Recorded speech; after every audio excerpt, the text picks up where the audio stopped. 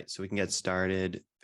Good morning, everyone. My name is Jack Blitz. I am a second-year medical student at Tulane University, and today I'll be presenting on medial collateral ligament reconstruction with autograft versus allograft. So the purpose of our study is to look at MCL reconstruction using either of those two autografts. And the reason that is important is because it's an important decision that surgeons have to make when they go about doing this procedure. So a little bit of background, MCL reconstruction is typically performed after failed non-operative treatment or after high-grade MCL injuries that need immediate surgery. And we wanted to take all the studies that we could possibly find and evaluate the clinical outcomes of different procedures using either of these autografts to see if there is a difference and if one is maybe preferred over the other.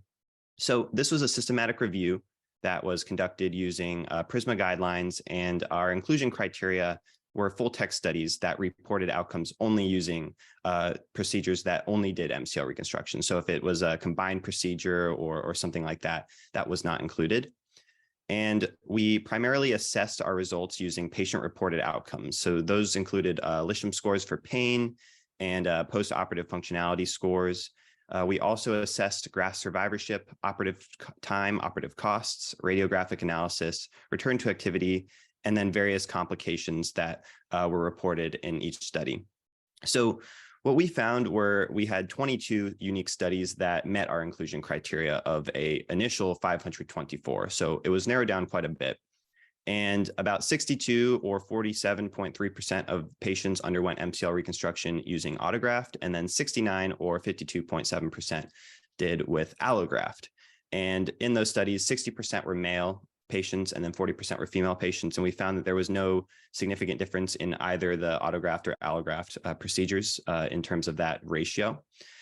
And as you can see in the tables, we looked at various different reported outcomes. So one was valgus stress, and that was used, or we examined that using radiographic measurement and analysis, looking at x-rays.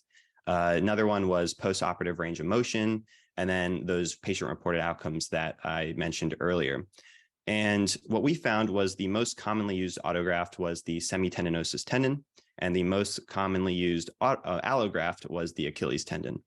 So our conclusions were that MCL reconstruction with either of those, so with either autograft or allograft, leads to similar clinical outcomes. There was not a significant difference between the two. And graft failure, as in addition, also occurred at similar rates. So what you can kind of take away from this review is that it's very much up to the surgeon, and it's very much a preference related thing. And there are obviously benefits and to either procedure, and it it goes by whatever the surgeon typically likes to do.